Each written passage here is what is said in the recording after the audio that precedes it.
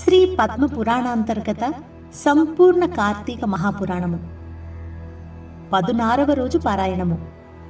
ప్రథమాధ్యాయం.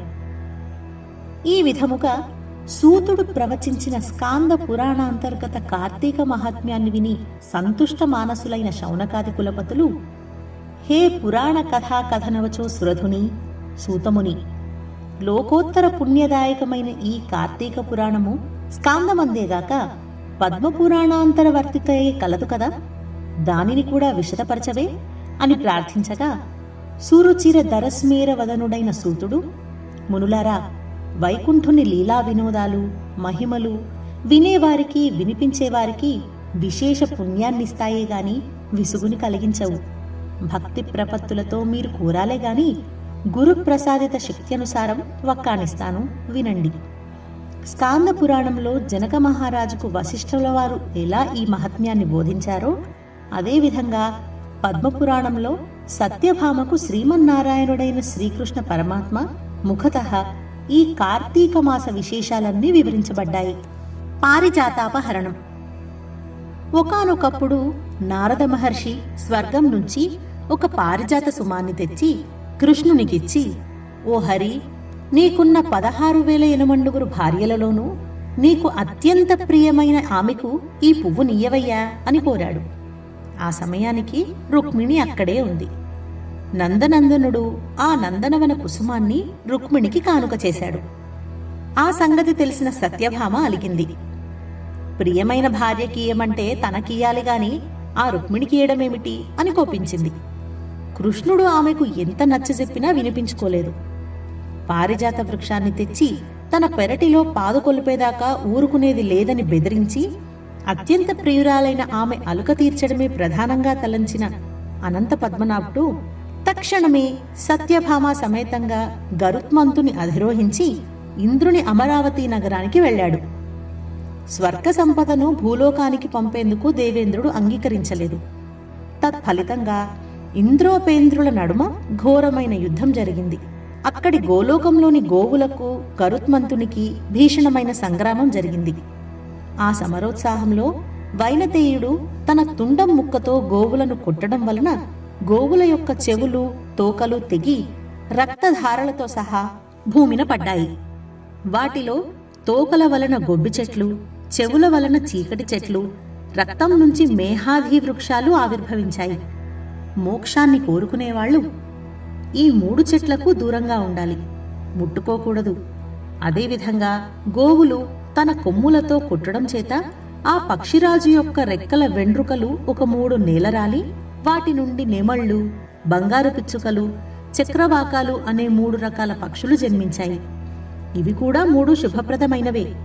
గరుడ దర్శనం వలన మానవులు ఏ ఏ శుభాలనైతే పొందుతున్నారో అటువంటి సర్వ శ్రేయస్సులను ఉపరి పక్షిత్రయాన్ని చూసిన మాత్రాననే పొందగలుగుతారు.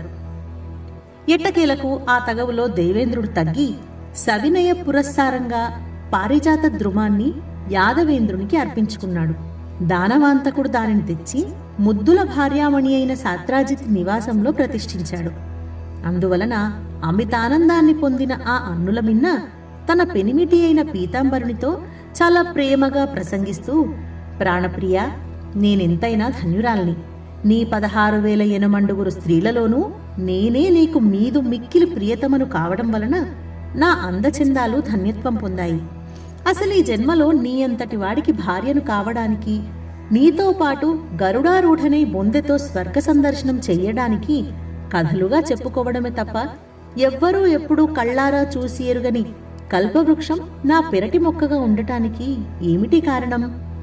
నేను నిన్ను తులాభార రూపంగా నారదుడికి ధారపోసినా, అలిగిన ఆవేశంలో నిన్ను వామపాదాన తాడించినా, నువ్వు మాత్రం నా మీద నువ్వు గింజంత కూడా కోపం చూపకుండా ఇలా ప్రేమిస్తున్నావంటే నీ ఈ ఆదరాభిమానాలు పొందడానికి నేను గత జన్మలలో చేసిన పుణ్యం ఏమిటి? అదీగాక జన్మ జన్మకి నీ జంటను ఎడబాయకుండా ఉండాలంటే నేనిప్పుడు ఇంకా ఏమేం చేయాలి అని అడిగింది.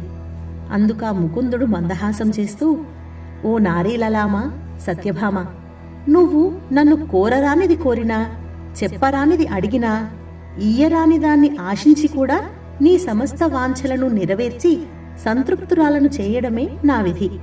అందుకు కారణం నీ పూర్వజన్మమే అంటూ ఇలా చెప్పసాగాడు. సత్యభామ పూర్వజన్మము. కృతయుగాంత కాలంలో మాయా అనే నగరంలో దేవశర్మ అనే వేద పండితుడుండేవాడు. అతనికి లేక లేక కలిగిన ఒకే ఒక ఆడబిడ్డ గుణవతి. అల్లారు ముద్దుగా పెంచుకున్న ఆ పిల్లను తన శిష్య పరంపరంలోని వాడే అయిన చంద్రుడనే వానికిచ్చి పెండ్లి జరిపించాడు దేవశర్మ. ఒకనాడి మామా జామాతలిద్దరూ కలిసి సమిధలను దర్భలను తెచ్చుకునే నిమిత్తంగా అడవికెళ్లి అక్కడ ఒక రాక్షసుని చేత హతమార్చబడ్డారు. బ్రాహ్మణులు, ధర్మాత్ములు, నిత్య సూర్యోపాస్తిపరులు అయిన వారి జీవిత విజ్ఞానానికి మెచ్చిన విష్ణుమూర్తి శైవులు గాని, గాణాపాత్యులు గాని, సౌరవ్రతులు గాని, శాక్తేయులు గాని వీరందరూ కూడా వానచినుకులు వాగులై, వంకలై, నదులై తుదకు సముద్రాన్నే చెందినట్లుగా నన్నే పొందుతూ ఉన్నారు. పుత్రభ్రాత్రాది నామాలతో దేవదత్తునిలాగా నేనే వివిధ నామరూపక్రియాదులతో 5గా విభజింపబడి ఉన్నాను. అందువలన మరణించిన మామ అల్లుళ్లను మన వైకుంఠానికే తీసుకురమ్మని తన పార్షదులకు ఆజ్ఞాపించాడు. పార్షదులు ప్రభు ఆజ్ఞను పాటించారు. సూర్య తేజస్సమ కాంతులతో ఆ ఇరువురు జీవాలు వైకుంఠం చేరి విష్ణు సారూప్యాన్ని పొంది విష్ణు సాన్నిధ్యంలోనే మసలసాగాయి. ప్రథమోధ్యాయ సమాప్తః. ద్వితీయాధ్యాయము. గుణవతి కథ. పితృ భర్తృ మరణవార్తను విన్న గుణవతి ఎంతగానో కృంగిపోయింది. కాని పోయిన వారితో తను కూడా పోలేదు గనుక, మరణమాసన్నమయ్యేదాకా మనుగడ తప్పదు గనుక, వేరొక దిక్కులేని ఆ యువతి ఇంట్లో ఉన్న వస్తు సంచయాన్నంతటినీ విక్రయించి తండ్రికి, భర్తకు ఉత్తమ గతులకై ఆచరించవలసిన కర్మలను ఆచరించింది. శేష జీవితాన్ని శేషశాయి స్మరణలోనే గడుపుతూ దేహ పోషణార్థం కూలిపని చేసుకుంటూ ఆధ్యాత్మిక చింతనతో హరిభక్తిని, సత్యాన్ని, శాంతాన్ని, జితేంద్రియత్వాన్ని పాటిస్తూ ఉండేది. పరమ సదాచారపరులైన వారింట పుట్టి పెరిగింది కావడం వలన బాల్యం నుంచి అలవడిన కార్తీక వ్రతాన్ని, ఏకాదశి వ్రతాన్ని మాత్రం ప్రతి ఏటా విడవకుండా ఆచరించేది. కృష్ణుడు చెబుతున్నాడు, సత్య, పుణ్యగణ్యాలు, భుక్తిముక్తిదాయకాలు, పుత్ర పౌత్ర సంపత్ సౌభాగ్య సంధాయకాలు అయిన ఆ 2 వ్రతాలు నాకు అత్యంత ప్రీతిపాత్రమైనవన్న సంగతి నీకు తెలుసు కదా.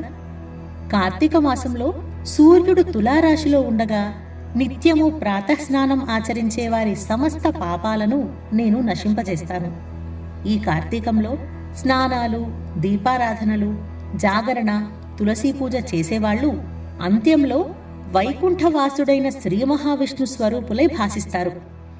విష్ణువాలయంలో మార్జనం చేసి సర్వతోభద్రం, శంఖం, పద్మం మొదలైన ముగ్గులను పెట్టి పూజా పునస్కారాలను చేసేవారు జీవన్ముక్తులవుతారు.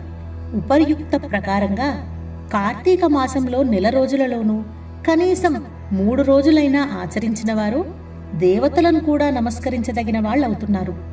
ఇక పుట్టింది లగాయతు జీవితాంతము చేసేవారి పుణ్యవైభవాన్ని చెప్పడం ఎవరి వల్ల కాదు. అదేవిధంగా ఆనాటి గుణవతి విష్ణుప్రియంకరాలై ఏకాదశి కార్తీక వ్రతాలను మాత్రం వదలకుండా కడు నిష్ఠతో ఆచరిస్తూ కాలం వెళ్లదీసి కొన్నాళ్ల తర్వాత వయోభారం వల్ల శుష్కించి జ్వరపడింది. అయినప్పటికీ కూడా కార్తీక స్నానం మానకూడదనే పట్టుదలతో నదికి వెళ్లి ఆ చలిలో కూడా నడుములోతు నీళ్లకు చేరి స్నానమాడే ప్రయత్నం చేస్తూ ఉంది. అంతలోనే ఆకాశం నుంచి శంఖ, చక్ర, గదా, పద్మాధ్యాయుధాలు ధరించి విష్ణువాభులైన విష్ణుదూతలు గరుడ పతాకాయుత అయిన విమానంలో వచ్చి గుణవతిని అందులో చేర్చి దివ్య స్త్రీల చేత సేవలు చేయిస్తూ తమతో బాటుగా వైకుంఠానికి చేర్చారు. కార్తీక వ్రత పుణ్యఫలంగా పొగలేని అగ్నిశిఖలా ప్రకాశిస్తూ ఆమె హరి సాన్నిధ్యాన్ని పొందింది. అనంతరం శ్రీ మహావిష్ణువైన నేను దేవతల ప్రార్థన మీద దేవకీ గర్భాన ఇలా కృష్ణునిలా అవతరించాను. నాతో బాటే అనేక మంది వైకుంఠవాసులు కూడా యాదవులుగా జన్మించారు. పూర్వజన్మలలోని చంద్రుడు ఈ జన్మలో అక్రూరుడయ్యాడు. అలనాటి దేవశర్మ సత్రాజిత్తుగా ప్రభవించాడు. బాల్యం నుంచే కార్తీక వ్రతం మీద, నా మీద మాత్రమే మనసు లగ్నం చేసిన గుణవతే నువ్వుగా, అంటే సత్రాజిత్ కుమార్తెవైన సత్యభామగా ఇలా జన్మించావు. ఈ జన్మ వైభోగానికంతకు కారణం పూర్వజన్మలోని కార్తీక వ్రతాచరణ పుణ్యలేశమే తప్ప ఇతరం కాదు. ఆ జన్మలో నా ముంగిట తులసి మొక్కను పాతిన పుణ్యానికి ఈ జన్మలో కల్పవృక్షం నీ వాకిట విలసింది. ఆనాడు కార్తీక దీపారాధన చేసిన ఫలితంగా ఈనాడు నీ ఇంట వంట కూడా లక్ష్మీకళ స్థిరపడింది. అలనాడు నీ సమస్త వ్రతాచరణా పుణ్యాలను కూడా నారాయణాయేతి సమర్పయామి అంటూ జగత్పతినైన నాకే ధారబోసిన దానికి ప్రతిఫలంగా ఇప్పుడు నా భార్యవయ్యావు. పూర్వజన్మలో జీవితాంతం వరకు కార్తీక వ్రతాన్ని విడువని భక్తికి ప్రతిగా సృష్టి ఉన్నంత వరకు నీకు నా ఎడబాటులేని ప్రేమను అనుభవిస్తున్నావు. సాత్రాజితి, నువ్వే కాదు, నీ మాదిరిగా ఎవరైతే కార్తీక వ్రతానుష్ఠాన నిష్ఠులు, నా భక్త గరిష్ఠులు అయి ఉంటారో వారందరూ కూడా నాకు ఇష్టులై సర్వకాల సర్వావస్థలలోనూ కూడా తత్కారణాల రీత్యా నా వారుగా నా సాన్నిధ్యంలోనే ఉంటూనే ఉంటారు. రాఘవతి, ఒక్క రహస్యము చెబుతాను విను. తపోదాన యజ్ఞాదికాలను ఎన్నింటిని నిర్వర్తించిన వారైనా సరే కార్తీక వ్రతాచరణా పరులకు లభించే పుణ్యంలో 16వ వంతు పుణ్యం కూడా పొందలేరని గుర్తుంచుకో. ఉపరి విధంగా శ్రీకృష్ణ ప్రోక్తమైన తన పూర్వజన్మ గాథను, కార్తీక వ్రత పుణ్యఫలాలను విని పులకితాంగి అయిన ఆ పూబోడి తన ప్రియ పతి అయిన విశ్వంభరుడికి వినయ విధేయతలతో ప్రణమిల్లింది. ఏవం శ్రీ పద్మపురాణాంతర్గత కార్తీక మహాత్మ్యమందు 1, 2 అధ్యాయములు 16వ నాటి పారాయణము సమాప్తం.